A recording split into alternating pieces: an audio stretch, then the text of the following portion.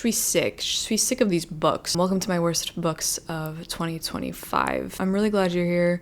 I took a hit of Tylenol before this video, so I'm really hoping that as we progress, I'm gonna start sounding a lot better. I had a reading year in 2025, so this might be the longest video of the worst books I've made yet. Normally, once a year, I like to drink the worst books I've read away. However, today we're not mixing. We're not doing the mix and match. Can you take Tylenol, cold and flu, and alcohol? It says no. It says you should not do that. I also had a ton of DNFs this year, so I thought it would be fun in this year's rendition of this video to add those in for you as well. Mostly just the books that I DNF'd either because they were too bad, in my opinion, to finish, and then some other ones that I just put down for some other reasons. So these are not all the books I DNF'd in 2025. I DNF'd a huge mountainous pile of books, but these are the ones that, at least in my opinion, were mostly bad enough to just stop reading, so they have to make it into this video. There's no disclaimer, you're here at your own risk, because I don't care anymore. Okay, buckle up. These are just in order that I read them and put them down. Number up, number up, number up. Number 1, we have Fate Inked in Blood by Danielle L. Jensen. This was not very good whatsoever at all. Number 2, this one breaks my heart, but we have Tail Chaser's Song. This got boring really quickly. This is from the perspective of Freddy Tail Chaser, who is the cat on the cover, and he has to go to cat hell. Like, he goes down to cat hell to save one of his friends, which sounded fantastic. Unfortunately, this got boring really quickly. It moved so slowly, and just could not bring myself to finish it, unfortunately, although I dill stew. Oh, this is gonna be a hard video. I still do own the book though, because I couldn't get rid of it. In fact, I tried to get rid of it and I went and got it back, which is in this video because I just love the cover so much. It has Kelsifer on the cover. I don't know if you can see him, but Grendel is right here. I'm like on the edge of my seat because he's not giving me any room. But yeah, that is Tail Chaser's Song. I wish I had loved this. Just could not finish it. Number 3, we have Rebel Witch. This is the second book in a duology. It is fantasy following a world where witches are not supposed to exist anymore, and there are people who are witch hunters hunting them down. This is I guess it's a romantasy. Let's just slap the first book on there as well, which is Crimson Moth. Let's just group them together. I thought these were really not very good. Like, really not good at all. Excruciatingly painful to read, and I just wish I hadn't read the first one. I actually thought these were really bad. I have the Amalfi Curse by Sarah Penner. This was also brutal. This is a historical fiction, dual POV, also painfully boring and just frankly not unreadable, but I was like, wow, I never want to read a book that's ever written like this ever again. Next book that I DNF'd was The Egyptologist by Arthur Phillips. This is like you're sitting on public transport, you're on the bus, you're sitting next to someone on the bus and they just won't stop talking to their neighbor. You can hear everything that they're saying. They're speaking obnoxiously loud and you just can do nothing in your power to stop yourself from hearing them speak, and you wish for the love of God that they would stop speaking. I also DNF'd The Atlas 6 by Olivia Blake. I'm actually pretty upset about this. I wanted to read this book when I was like kind of in my first few years of joining booktube because it was like super hyped. It was like the book of that year, and I finally got around to it this year. And I also was just like, what is this? Like, all of these characters are just insufferable to follow, which on one end of the spectrum is kind of the point, because most of them are very prestigious, elite, snobby, stuck up people in this world where they have different magical powers. All of the characters were so unlikable. I've learned I'm not really a fan of Olivia Blake's writing style, and I just did not care. Next, we have Phantasma, literally just the most insta-love, the most instantaneous instantaneously of insta-love that you've ever instantaneously loved someone in your whole entire life. The chemistry between the two people in this book was Bunsen burners are off, no titrations are happening. The book that I have DNF'd and am in the process of unhauling is Silver Elite. This has been very popular, and for the life of me, I don't know why, because it was actually just hot melting garbage can. This was marketed as like a adult dystopian romance. I feel like the book itself is maybe a dystopian product for sure, because of the way that it like handled and portrayed certain things, but to call the book, I mean, it's a dystopian setting. I don't know. I guess just a sign of the times. This book was god-awful. It's basically Divergent. It's basically adult Divergent, where people are mods, meaning that they can read people's minds and they can send messages back and forth with their minds. When they use this power, their skin lights up silver, except our main girl, for whatever reason, her skin doesn't light up silver, and so she can infiltrate different groups of power because the people in power are trying to wipe out the mods, and she can use this power without being detected. It's basically a romance between her and the man, who is literally trying to like destroy, kill, and like end her people. But it's okay because like he's hot. What in the literal world?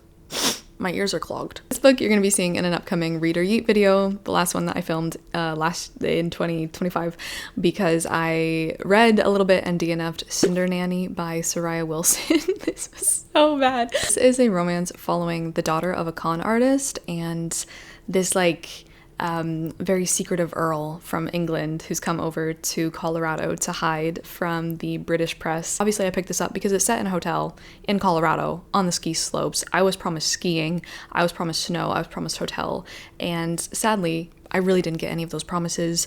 You broke my heart. On top of that, it had one of the worst lines I think I've read in fiction this year that I just wanted to like oh, take the skin off of my skin. Something like, I'm going to invade you like the Roman Empire. I'm going to invade you like the Roman Empire? What? That's crazy. That's a crazy thing to say. Jeez. I did not dream that up. Maybe it came to the author in a dream. The last book that I DNF'd this year, I do want to talk about it here. I didn't put it down because I would have given it like 1 or 0 stars once I finished it. Rather, I put it down because I was just really not enjoying it. I did have a lot of issues with it. I haven't had anywhere else to talk about it yet, but it is one of my DNFs. And that, sadly, is Babel by R.F. Kuang. Let me just say, flipping loved the ideas in this book and what she was working with, handling. I can feel her passion and what she's super interested in. If you don't know Babel, this one has also gotten pretty popular. We're set in the 1830s at the beginning. We follow Robin. That is a name he's asked to pick for himself. He's from Canton. A man from England shows up and he's like, hey, be my ward. I'm going to send you to Oxford. You're going to live the life of your dreams. You're incredibly intelligent and you're going to work at Babel, the translation society. Super elite. It is basically praised as like the end all be all of England because in this period, instead of England going through the Industrial Revolution as it was doing, it has rather become this hoarder, user, and translator of this thing called silver, which is basically this brick, rune, substance, whatever, and it is activated by translation, and it is essentially magic, and it lets you do things like have a cup of coffee that never goes cold, or make your ship sail faster, stuff like that. So they legit straight up just have magic, but of course they are getting this through acquiring, pillaging, and taking language from countries that the British Empire very much conquered, colonized, and just, you know, slurped up like a fat little spider gorging itself in the most horrendous ways possible. Holy crap, love that idea, right? Good things I can say about this. I learned so much. I actually learned so much. I think it was just wonderful the way that R.F. Kuang would just insert little like tidbits of language, where words came from, certain words, etymologies, the history of language, the history of words, so much about history. I learned where like tabby cat, like why we call cats with that certain pattern tabby cats, which is just wonderful because it turns out that if you trace the word all the way back, we get it from a certain district in Baghdad that would make this pattern cloth. I also think that if I was a lot younger and if I wasn't already someone who had grown up pretty interested in translation and like having spent time reading books like that or reading a lot of Anne Carson, to be honest, I would have eaten this up. I think this is just perfect for anyone whose world has not yet been blown open by the ideas, the concepts, and the magical and frustrating world of translation, of trying to get something across this barrier between 2 different languages or more than 2 different languages.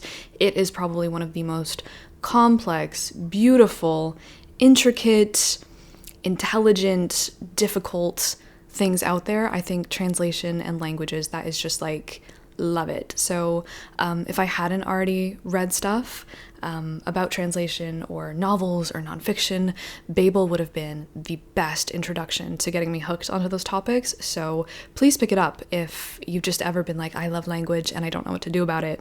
Pick it up. Unfortunately, there were a lot of things that really outweighed what I loved about this book. One of them were the characters.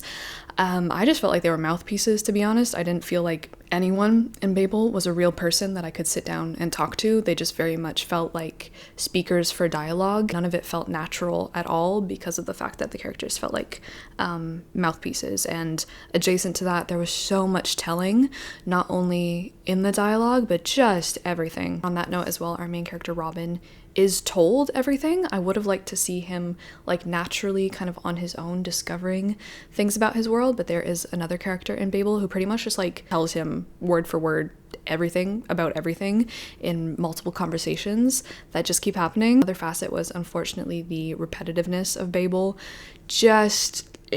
The scenes were very repetitive, the conversations were very repetitive, and unfortunately that really showed in her writing as well. The only thing that I had heard about R.F. Kuang's writing prior to trying her work for the first time was that she was the kind of author who just like bangs you over the head, over explains everything to her readers, doesn't really trust her readers, and is just a very disappointing experience of like handing them everything, interpreting everything for them, having this kind of weird relationship between the reader and the author on the page where the author seems quite anxious to get something across and is worried that the reader isn't going to quite capture that, and that creates kind of just like a relationship of distrust, because when you're reading someone's book, you're very much entering into a relationship with them and their work. I literally just feel her breathing down my neck the whole time I was reading, and that is not a pleasant experience. Rehashing of everything, the way the world works, the way we have to explain things over and over and over again. I didn't even terribly mind the use of footnotes.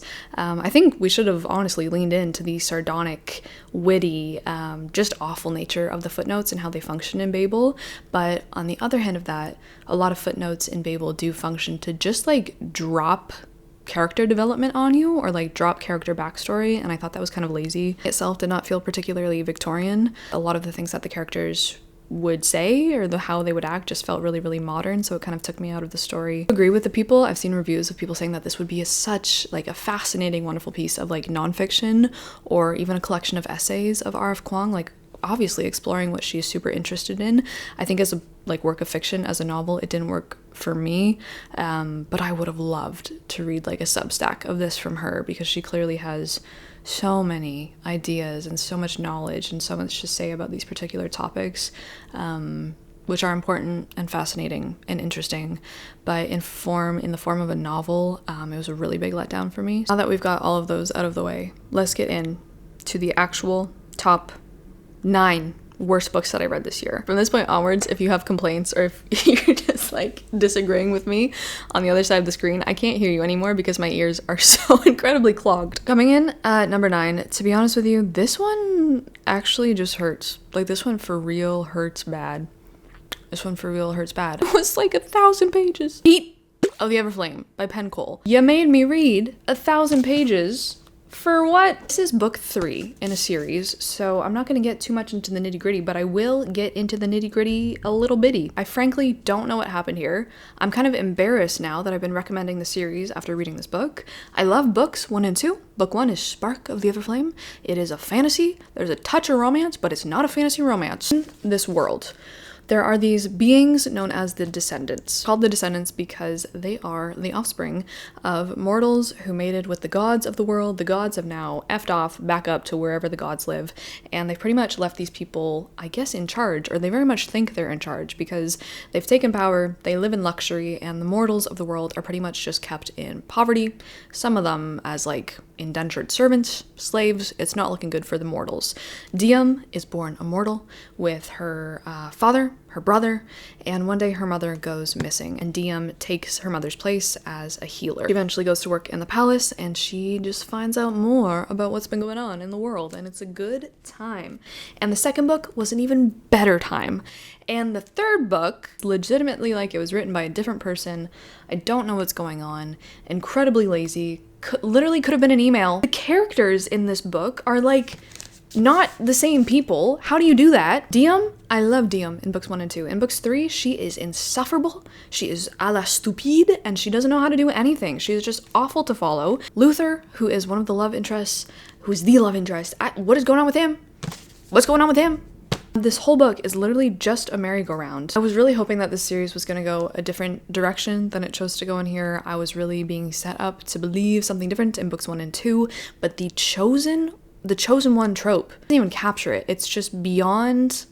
It's gone infinity and beyond with the chosen one trope. It's so hard to read. It also sucks so bad when you as the reader know something for like 400 pages before the main character, who's supposed to be smart and observant and has a very military mind and has been trained and blah blah blah, she just don't see it. She don't see it. And it's so obvious, and we're supposed to believe that she can't see it. Waiting as the reader for the main character to figure it out, and so this thing that you already know cannot any longer create the necessary tension, create the necessary drive for the plot to keep going forward, because it's so unbelievable. You figured it out. There's no longer any tension, surprise, wonder, curiosity. And by the time Homegirl figures it out, like, it's like, yeah, wow, look what's behind curtain number 3. We knew what was behind curtain number 3 300 pages ago. Lost all momentum that the series had at all.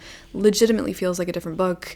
The romance, I don't even know. I wanted to look away.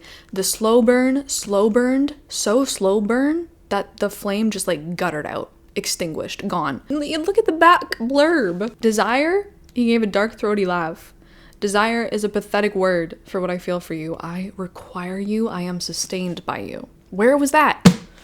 Oh my god. Okay. Anyway, my number 8 worst book of the year is They Came to Baghdad by Agatha Christie.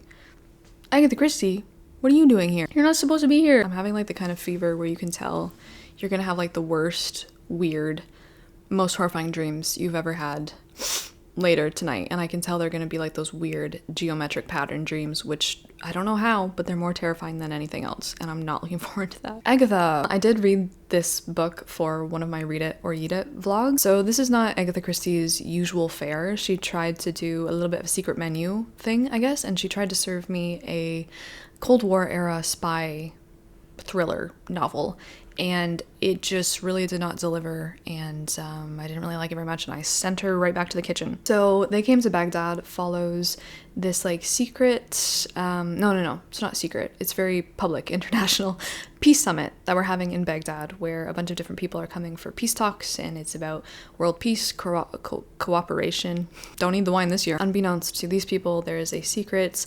underground gathering of people who are planning to sabotage the talks. We have a woman named Victoria Jones who ends up in Baghdad. Do you want to know how she ends up there? I still can't get over this. I don't know why I'm so flabbergasted about this. One day she gets fired from her job. She meets a man in the park. His name is Edward. They talk, converse for about 10-15 minutes. Edward gets up and he's like, it's really too bad that we just met and we seem to be hitting it off because I've got to go to Baghdad. Bye. Victoria stands up. She's like, time to buy a plane ticket. You don't know this guy's last name. You don't know a damn thing about him. And you're just gonna go catch a plane, fly to Baghdad, and somehow hope that you bump into him. Anyway, I felt quite distant from our characters, and that being said, there's quite a large cast of characters. There is not one central detective figure like Poirot or Marple or anything like that. We have a very spread out international cast, different POVs, and so it does feel quite distanced. A lot of this book is just build up to not a lot of payoff. I actually did figure this one out, which was great, but it didn't make the book very exciting. A lot of this is very, very slow. It takes a long time for the central thing that gets the plot kind of kicking to get going, which is that once Victoria gets to Baghdad, she's staying in a hotel. A man just bursts into her room in the middle of the night and dies. He just dies. Collapses on the carpet. That sucks. Turns out he's a spy, and she gets tangled up in this peace summit. The ending was not very satisfying, and I just really didn't like this. I did not think this does the legend justice at all. So sadly, we have an Agatha Christie. You are my brother. I loved you like a brother. Number 7 also breaks my heart because I really rediscovered this year a passion of mine, something I love, something I'm so interested in, and that, my friends, is Star Wars. Sadly, that did lead me to read some Star Wars novels this year that were really quite bad. So number 7 is Brotherhood by Mike Chen. As you can see from this cutie little cover, this is supposed to be about Anakin and Obi-Wan during the Clone Wars and their brotherhood. okay? It's called Brotherhood. Brotherhood? Brotherhood? Where were the brothers? Where was the hood? These guys were barely on page together for the whole book. Before we get into the plot though, and like general grievances, I don't want to go on this rant for like too long, so cut me off. If you're an editor, your job is to edit. I truly don't know.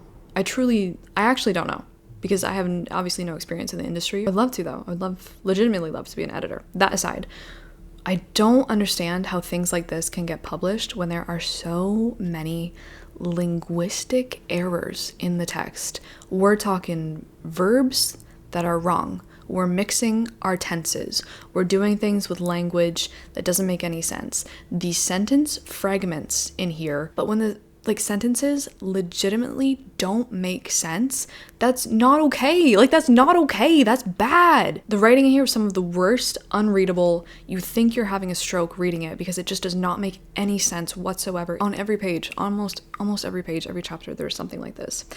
Second, this protocol droid had a loose gyro in its knee socket, slowing it down further. Rumors had the normally quick repair lab within the Jedi Temple being converted into something for the war.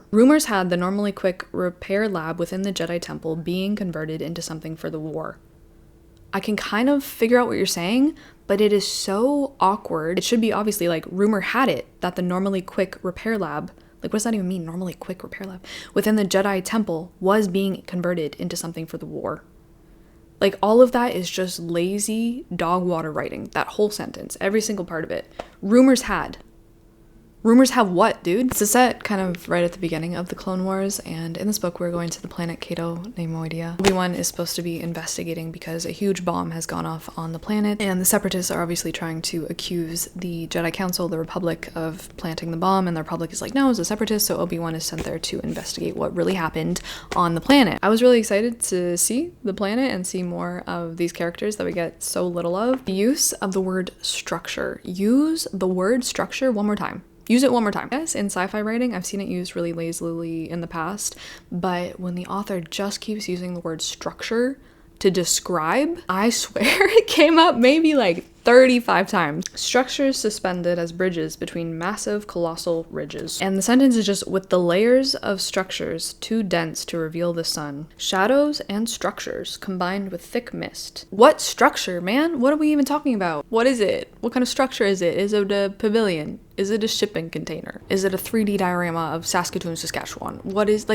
it? This whole thing was just very juvenile. The plot was particularly painful, and I just got nothing out of it that I wanted, which was to see Anakin and Obi-Wan during the Clone Wars. This whole book could have been a 25-minute Clone War episode. This just represents to me my excitement of getting back my joy of Star Wars, and I don't really want to part ways with it because I kind of want to collect everything Star Wars, but objectively this was really, really bad, and I gave it 2 stars. Next we have a book that I don't really have too much to say about, at all. This was the most boring book I've read all year long, and that is The Buried Giant by Kazuo Ishiguro. I'm quite surprised that this author made it on to a list like this because, again, I've enjoyed works from him in the past, but I just like this one so much. This is my least favorite Ishiguro now. I've read 3 of them. I didn't really like 2 of the ones that I've read, so we're not really off to a great relationship, the 2 of us, Ishiguro, but I really liked When We Were Orphans, disliked The Buried Giant, and disliked Never Let Me Go. Buried Giant, though, I've heard is a lot of people's least favorite from this author.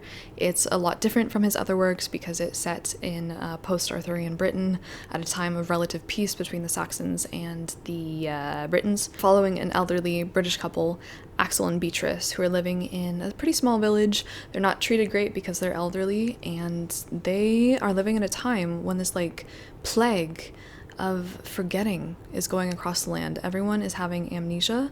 Everyone is slowly losing more of their long-term memories, and they don't know what's going on or why this is happening. That sounded great. This was so dull. This was actually the most dull text I have ever had to crawl and just drag myself through. Axel and Beatrice are kind of aware that they have a son, but they don't know where he is or why they're not with him. They can't remember what's gone on with their son, and so they vow to one another that they are going to go across England, basically just walk across the countryside until they find him, until they find their son. Maybe he's at a neighboring village, they don't know. And so we follow them on their journey. I thought both of these characters were frankly insufferable, which that was literally not the goal at all. I'm pretty sure they're supposed to be this like very sweet elderly couple who are very much in love after all of these years, and you as the reader, I think, are supposed to be like, wow, what a strong bond. But the whole time I was like, there's something wrong here. Can't put my finger on it. There's something wrong here. There is indeed something wrong in this book. I'm not going to spoil it at all, but it basically takes you through this landscape where so much is just fog. The writing of this book is just like so many long, tedious paragraphs that just go on and on with hardly any break. It is very reminiscent of the world that you are traveling through, because people are very confused. People are, like I said, losing their memories, and so they keep repeating things, keep asking the same questions, and it's very frustrating as a reader. So I very much got that effect. I didn't enjoy this at all. I do like the question it is asking, whether it is better to, is it better to remember, or is it better to forget? I think that's an interesting question in general, because Ishiguro is asking like, hey, should we dredge up and dig up memories of things from the past, either on an individual level or on a countrywide level? Should we look at the things that we've done? Should we try to write them? Or is it better to completely forget them so that we can live in relative peace with each other and completely cover up and not dig up that buried giant of what we've done to each other and have to address? Is it better to just forget and be like, okay, let's start fresh, let's move on? So cool, interesting question. The execution was just, in my opinion, brutally boring. Like, I want to fall asleep. And also this book just left me with a really icky feeling. Like, it made me feel so bad. This book was like taking a nap that is way too long, and then you wake up and you just feel absolutely disgusting. Number 5 is Legends and Lattes. I can't breathe. Legends and Lattes by Travis Baldree. I also read this for my reader Yeats. I don't know, this was a book that was written. This is a cozy fantasy following an orc who is retiring from the battlefield, and she just wants to open up a coffee shop in a place that's never heard of coffee. So it's the tale of her facing some adversity and opening a coffee shop, trying to convince people to try coffee. I also thought this was really boring. The first like 20-30% just reads like someone playing one of those restaurant simulators where you just like upgrade your oven and then you upgrade your drinking machine. Don't get me wrong, not like the premise or anything, and obviously so many people love this book so much, which is amazing. It's a lot of people's like comfort read. For me, it just felt really empty, shallow, devoid of like any actual substance. There's nothing really of great enjoyment to me about this book. I don't know, writing for the sake of writing. I do fear that cozy fantasy might not be for me, or at least cozy fantasy in the way that it's being kind of constructed in the form that it is now, because there's other fantasy works where I love the elements of like coziness and day-to-day and quiet living therein. Stuff like The Blood Spell by CJ Redwine. I love the scenes of like domesticity and cleaning, obviously, in Howl's Moving Castle. So like I like those elements a ton. It's just that when they're converted into, I guess, what has become known as cozy fantasy now, I just really don't like that construction very much. Anyway, so that's Legends and Lattes. Yeah, I guess it ranks this far down. I really didn't like it. And then I'm really sorry that we're doing this again. Oh my god, we were not supposed to be here for the 3rd year in a row. Coming in at number 4, we have Love Theoretically. Like I said, we weren't supposed to do this. I was supposed to stop reading her books, but for an episode of Reader Yeats, this was the one that everyone was like, Emma, we got it. We know you didn't like her other 2 works that you read, but we loved Love Theoretically, and you might too, or I might not. Hazelwood writes books about women in STEM. They are called like the STEMinist. Are they called the STEMinist novels or STEMinist novellas? I don't know, but they're labeled like STEMinist, right? So they're supposed to be feminist books about women in STEM. Let's talk for a second. Tylenol's got me feeling brave. I would love to see a book where one time the woman in STEM is having a good time, where she's not having a bad time simply for the fact that she is a woman. Every protagonist so far that I've read from, they're having the worst time of their lives, and they're facing so much awfulness and abuse because of the fact that they are women in STEM. And obviously these are super important topics to talk about. However, if we're gonna talk... Getting so windy. A storm is brewing. I don't know if you heard that. I think someone's like balcony furniture just fell off. We're gonna write about a woman in STEM having a bad time again and again and again and again, and make it seem just kind of like that's the only option for you. If you're in academia, you're gonna be having a bad time. Important, talk about it. But I do think I don't want to keep reading about these women having such a bad time in STEM because they're a woman, only to then get all of their problems solved by, oh, that's right, a man. The love interest in every book that I've read pretty much shows up and saves them from the bad time that they're having. So I don't really know. I'm not saying the novel can't call itself a feminist novel and be like, I'm having a bad time. Oh, I'm in love now and this man is going to solve my problems. That's not a bad time. I am saying when it keeps happening over and over and over again, that's not particularly like feminist of you. It's just like repeating the same thing over and over again. In fact, a lot of them play right into the gender stereotypes and the gender essentialism that like you're trying to not. The protagonist is always the smallest, the quirkiest. This is gonna take me out. Okay, I don't think the Tylenol's working. I'm literally burning through the roof here. There are some gems hidden in the dust for sure, and I did like a lot of things about Love Theoretically. It's using terms and like turns of phrases that are simultaneously so out of style, also combining it with like newly renovated Gen Z like lingo and jokes. Stop making them speak in hashtags. We need to stop making them speak in hashtags. On that note, the book does feel like fast fashion. If you've read one Ali Hazelwood book, you've like basically, congrats, you've actually read all of them. This one might actually have the worst lines in fiction. We have, he's the dominant turkey of the mating season. She's just saying that. She's straight up just saying that he is the dominant turkey of the mating season. Is that hot? And then just the line I just forever burned into the back of my retinas. Why are you not letting him smack the salmon? Stop bringing the fish and the birds into this, okay? Jail for you and your editor. I'm sorry. Battery is dying. I'm gonna take my temperature. I'm gonna go take 5. I'm gonna go blow my nose to shit. I'll catch back up with you in a little bit. We're back. We're feeling worse than ever. Next 3, technically 4 books are in no particular order. They're kind of just all varying degrees of really very bad. Number 3, I have At the End There Was You by Wendy Heiss. This one was absolutely bizarre. This one, I do admit, was pretty much just like a cover pickup. I thought the cover was really beautiful and it drew me in, and I listened to it on audio. This is a novella and it's just quite like strange. The whole book, I'm like, where am I? It's in this world where we have this priestess named Winter that also drew me to the book, I'm not gonna lie to you, but their world, I guess, has gotten notice that like everyone is about to be destroyed and everyone is about to die because death, the god of death, has decided that he wants to end the world. So when a mage shows up with 3 days like left in the world for everyone to live, the mage is going through like the library of I guess it's a convent to find information on death and to see if they can stop the world ending, and Winter is chosen as the girl to help him out with his reading. The secondhand embarrassment I got from this book was out of this world. I don't really get I get embarrassed. I don't get secondhand embarrassment really easily at all. But this one, I know what hand-me-down embarrassment feels like now. The dialogue in here between the two, the whole novella is pretty much just dialogue between them in the library.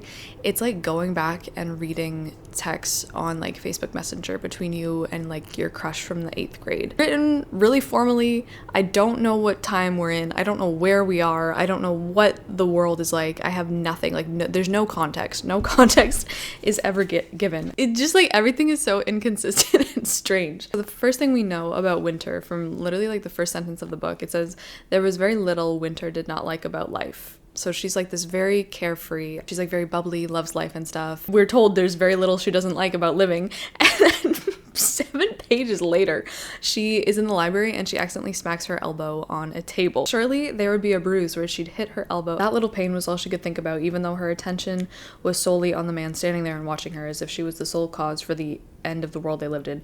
Winter hated pain more than she hated hate itself. In one case, you're telling me like she's this like happy-go-lucky, loves everything about life, and the next she's like losing it over just like bumping her elbow into a bookshelf. Like the dialogue. The mage, Azriel, asks her, "Since when is death simple?" "It is, but the simplest. Effortless. Certainly something we think about often, but we do not indulge it unless the nights are long, or suddenly our skies feel gray, or our hearts feel empty. The thought of death is passing. Happiness is passing too, but we chase it persistently. Death does that. It chases us instead, even if it is in our dreams. And then we wake up, we decide not to think about it. But if it was happiness we dreamed of, we recall it, share it with others, laugh at it, or daydream it over and over until that dream remains like a sock with a hole that we often see at the bottom of our drawer but are reluctant to throw, even though socks with holes can't be used much, but are reluctant to throw."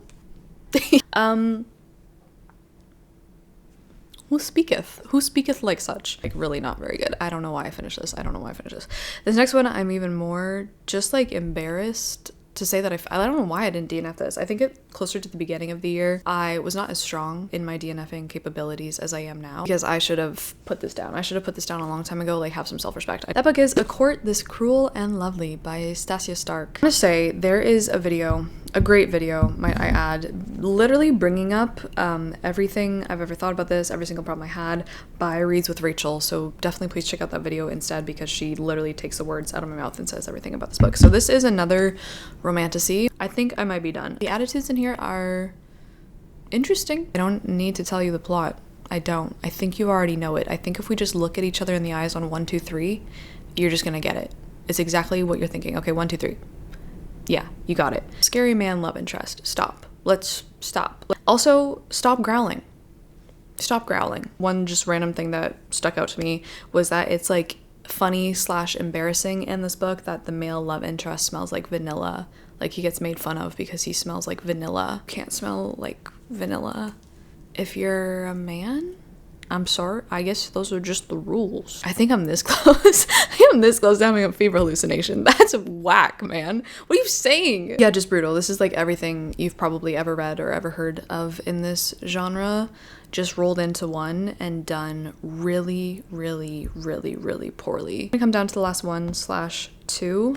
It's The Ballad of Never After by Stephanie Garber. Let me tell you something. Let me tell you something! Let me tell you something! I need to give it something. I need to give it some kind of credit. If you don't know, this is the second book in the Once Upon a Broken Heart series by Stephanie Garber, the author of Caraval and such. This is another YA fantasy following Evangeline, who just wants a happily ever after. She's like, anyway, we'll get into that. She just wants a happily ever after. She like just wants to have a fairy tale life story. She just wants like the fairy tale aesthetic in her life. And when her true love marries someone else, she enlists the help of Jax, who is a fate in this world, to is it to get revenge? I don't think so. It's get him back. It's to get him back, even though he married someone else. Like, I do have to say that, like, as bad as I truly deeply believe these to be, I can't, like, I've read the whole thing. I read the whole series. I read all 3. There is something so addicting and readable. I don't know if it's like half because it's a train wreck and you don't want to look away, and half because they just get read without you even trying. It's like frightening how easy they are to read. It just feels like she's writing for someone who has the attention span of a goldfish, and she knows we're all going somewhere with like the attention span of a goldfish. The pacing is out of this world. The way that things just keep happening, it is constant gratification after constant gratification of just like things happening. It's like you're babysitting and you're hanging out with the kid, you're playing with their dolls and stuff, and you're like, okay, here we are, and the kid is like, okay, and then a unicorn comes down from the sky and the unicorn's here, and you're like, okay, great, like that's cool, let's spend some time with the unicorn. But then the kid's like, and then vampires show up and we have vampires killing the unicorn, and then they disappear into the Disney. You're like, oh my gosh, like things are just happening so quickly, and then we get whisked away to this castle where there's like vampires everywhere, and you're like, okay, Louise, like let's look around, let's like appreciate the Gothic architecture, let's like look at the little furniture we can set up. And Louise is like, and then we go to a magical forest full of candy and fairy tales, and you're like, Louise, please slow down. Louise, please, can we just look around and like set the scene a little bit? It does feel like a middle grade book, even though it is YA. The series is like doom scrolling. I've already said this because the first book ended up in last year's video, but she's just in the most dumb the most dumb you've ever seen in your life. The romance in here is frankly, that's probably the part that makes me the most angry, is frankly just kind of sickening. I know there's a huge fandom for Jax and Evangeline, but I want to put my 2 cents in. I want to put my 2 cents in, and I want to say you've lost your damn mind. I'm so tired, like in the last book, of romantasy authors endearing us to a love interest, a male love interest, who is factually just the absolute worst and mean and abusive and awful. The target audience for these books, it's not really me. It's like people quite younger than me. People potentially 10 or more years younger than me. He straight up says, I'm broken. I like to break things. Sometimes I want to break you. Run away. Yes, I am a murderer. I enjoy hurting people. I like blood. I like pain. I am a monster. But whether you remember it or not, I'm your monster, Evangeline. Like, say cringe things. You can say cringe things. When you're like legit acting that way, abusing the main character. Are we serious? Children treat their toys better than you've treated me. She like knows that, okay? At least she knows that, but it's also kind of worse that she knows that. She just... Children treat their toys better than you've treated me. Literal children treat their toys better than this man treats this person. Does that sound like something good? Sorry, I'm actually kind of upset about it because it's just like done so poorly. We have The Ballad of Never After, and then even worse than this one, the amount of crazy things that keep happening for no reason, the amount of plot holes, the amount of like nothing that makes sense. There are no rules. It is truly, truly, truly nonsense land. The way that Stephanie Garber writes in here is completely devoid of meaning. So this one ranks lower because stop copy and pasting, straight up stop copy and pasting from previous books in the series and just plopping it in books further down the series. I have those pages in here. Stop making people buy the exact same thing you wrote again. So the last thing I want to say, this whole series is pretty much set in the Magnificent North. It's called the Magnificent North. Where's the snow? Anyway, that's the last thing I'm gonna say. Thank you for watching this video. I need to go lay down because I really don't feel good. But please, before I go have the worst fever dreams of my life, please let me wake up to the comments of you guys telling me what your worst book was of the year, what your worst book of 2025 was. I would love to know. I would be delighted to know. It's one of my favorite things, reading through these comments at the end of the year or the start of the year. Happy 2026. But yeah, thank you for hanging out with me. I hope this was an okay time, an enjoyable time. I love making this video every single year. I really, truly do. Please look forward to the best books of the year video coming very soon. I'll get you on the flip side. Ciao.